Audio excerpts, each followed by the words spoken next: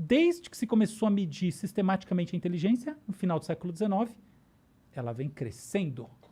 Uma pessoa com uma inteligência média do final do século XIX seria considerada rebaixada cognitiva hoje em dia. Por que isso vem acontecendo? Tem alguma coisa a ver com transformação biológica? Não tem escala de tempo para isso, é claro que não. É o quê? É a maneira como a gente enxerga as coisas. A maneira como a gente enxerga está ligada ao quê, em última análise?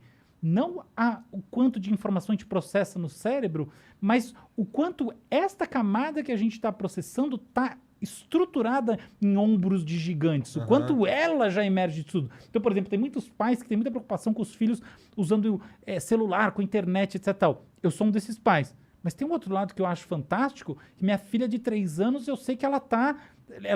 por exemplo, ela já entende o conceito da internet, que, sobretudo no Brasil, né, que a internet sai do ar, entendeu? Ela entende perfeitamente, que é uma coisa que está no ar, que diferentes celulares apresentam o mesmo desenho, mas que, eventualmente, se ela sair de uma coisa que ela está assistindo, ou ela está na mesma conta, ou então ela vai precisar... que alguém bote lá para ela. Então ela entende que não é simplesmente migrar para outro celular e continuar vendo, que não é um replicador. Ela entende que tem algum gap ali no meio do caminho, mas ela entende que todos os celulares, enfim, a TV, tudo dá para você ver a mesma coisa, Ela porque a internet sabe que é possível ver um desenho num retângulozinho preto. Exato. Ela saber que isso é possível já é um avanço absurdo. Não é, total. Fora que agora com a internet e a gente tendo mídia pra caralho, a gente tem o poder de ter muito mais referência e a gente consegue tomar conclusões melhores que a gente só não conseguiria porque não tinha informação, ó, não tinha os ombros gigantes antes pra você tirar essas conclusões que agora é possível. Sim. Agora, certas coisas se tornaram óbvias, mas não foi por causa de um avanço da nossa biologia, mas foi um avanço social, né? Exatamente, eu concordo totalmente com o que você está dizendo. Eu só repeti o que você falou, de outra forma. Mas eu gostei mais do jeito que você falou. Ficou melhor. Mais direto, assim, mais preciso. Mas muito como bom. é que faz? Assim, então, calma aí. O que torna, por exemplo, eu diria que você é um cara mais inteligente que a média. O que tem diferente no teu cérebro, então? Eu não vou me colocar nessa posição, tá? Eu vou dizer o seguinte. Quem colocou foi ele, né? Tá, então eu não vou responder em primeira pessoa, Tá. porque eu tenho minhas dúvidas. Mas vamos lá. O que acontece é o seguinte. Existe um conceito que foi criado por um cara chamado Binet, que é sobre capacidades que se juntam e formam um fator que a gente chama de fator G, que é a sua inteligência geral. Do que é feita a sua inteligência geral? Ela é feita de habilidade numérica, memória de curto prazo, processamento de linguagem, processamento visoespacial. Então, por exemplo, você imaginar como é que você vai estacionar o carro, você imagina na sua cabeça, você, essas coisas todas. Esse tipo de coisa. A inteligência, como esse conceito, ela é mensurável. Então, efetivamente, os testes, por um teste de QI, eles medem alguma coisa e isso que é medido está correlacionado com o funcionamento neural, tá? Então, você tem, de fato...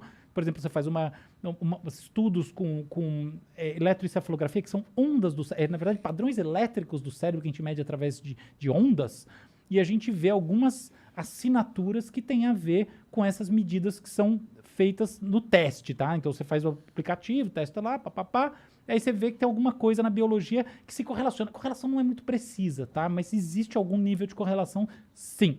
Tá? Isso aí tá dado. Outra coisa... é o seguinte, no mundo lá fora, você sai desse laboratório onde você fez testinho, existe uma questão que é a da adaptabilidade do sujeito. E a adaptabilidade pode ser adaptabilidade no sentido da esperteza, ou adaptabilidade pode ser, dado um ambiente de alta complexidade, qual que é a capacidade desse sujeito que se propôs a isso, avançar dentro dele desenvolvendo alguma coisa. Por exemplo, um cara que eu acho ridiculamente inteligente, tá? Richard Feynman, um físico que já morreu. Assim, para mim, tem um nome de cara inteligente. Ele tem um nome, uma cara, um jeito, uma humildade, ele é tudo de gênio. Por exemplo, Fernando Meirelles, tá? O cineasta. Gênio total. Então, o que acontece? Uma pessoa dessas, ela, no meu entendimento, ela resolve mais os problemas dentro dessas escalas de complexidade, usando propriedades mentais que não são mensuradas por um teste como o teste de Binet e outros mais, do que usando. Não é que elas não usem, tá? Então, por exemplo, uma pessoa como essa começa a ter um problema de memória de curto prazo. Memória de curto prazo é decorar número, decorar coisa na cabeça, tá? Então é importante para você processar. Tipo, você pensou numa coisa, numa outra coisa, como é que você articula entre elas? Tem que manter elas ali meio num loop, né? Pode crer. Então, beleza. Então, você tem um problema aí, você tem um rebaixamento, de fato. Então, não é que isso aí não importe. Isso é condição sine qua non. Acontece que, assim, você tem um tamanho de coisa, tem gente que tem memórias cavalares. Não é isso que vai determinar a primeira coisa. Então, você só precisa ter o básico, ou talvez um pouquinho mais que o básico. E a outra coisa é, isso serve para você fazer outra coisa lá dentro. E não exatamente fazer esse processamento. E até tem um negócio que dá uma boa indicação de que eu acho que as coisas funcionam assim mesmo. Hoje em dia, é muito mais fácil você pegar um computador e ele arrebentar numa coisa como essas do que ele arrebentar numa solução de problema livre. Problema livre ele não soluciona. Até hoje a gente não tem isso aí. Então isso indica que, na verdade, existe O que é um problema livre? Um problema para o qual você não tem uma instrução que chegue a uma solução. Isso, um parâmetro para responder. Entendi. Tá? É como se existisse, seria uma inteligência geral artificial, né? Que é capaz de simplesmente interpretar qualquer coisa que você manda para ele e te entregar algo. Exato, exato. Então, por exemplo, uma pessoa que, tipo, um grande estadista.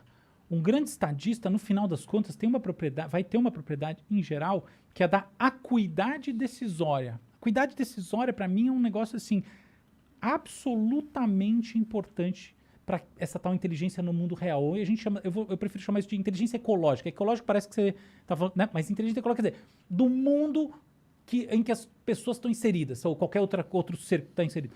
Acuidade decisória. Cara, eu conheço pessoas com acuidades decisórias insanas. A pessoa fala, não, aqui é estrategista de tomar decisão. Aí você pergunta para a pessoa, ela não necessariamente vai trazer para você uma resposta que reflete um pensamento 100% analítico. Você fala, é porque ela é intuitiva. Pode ser, mas às vezes não é isso. Às vezes é outra coisa, às vezes ela é afetiva. Não quero, sabe? Eu acho que não importa isso. Até legal essa discussão, mas não é o que importa. O que importa é, não necessariamente ela pensa igual ao computador. Ela tem acuidade. Quer ver outra? A pessoa tem criatividade. Sabe qual que é o melhor teste de criatividade que existe hoje em dia? Um dos melhores? Um teste de divergência. É assim, eu falo uma palavra, tá? Lua. O que você tem que fazer é me trazer uma outra palavra e fazer uma construção com ela que não tem nada a ver com lua. Tá? Então todo mundo vai pensar, uma palavra já está quase no prime, né? Assim, uma palavra parecida com lua para continuar, isso é criatividade? Não, é o oposto. Pensa na coisa mais diferente de lua que você consegue imaginar na sua vida. Caralho. Entende? É realmente complicado, né? Porque você vai pensando em coisas e fala, mas tem uma ligação com lua e tal, né? Isso. Aí você fala assim, abobrinha, foda-se. Abobrinha, interessante. Abobrinha, legal. Sabe como é que eu vou medir se a abobrinha tem mais a ver ou menos a ver com lua? Como? Porque eu vou botar milhares de pessoas para fazer associação e eu vou medir as associações menos comuns. Entendi. Entendeu? O negócio é mais complicado do que isso. Então, no final das contas, o que um teste como esse mostra? Que a divergência de pensamento, ela é um dos princípios, tem vários. Criatividade tem a ver com esforço, criatividade tem a ver com informação, criatividade tem a ver com disposição emocional. Você está totalmente parado, você não consegue ter criatividade. Criatividade tem a ver com normatização, sobre normatização. Quanto mais você tiver sobre princípios normativos, menos é mais difícil ser criativo. Então, um monte de coisa. Mas tem esse negócio da divergência. Mas não tem nada a ver com teste de inteligência, esse tipo de coisa, entendeu? Então, tá aí.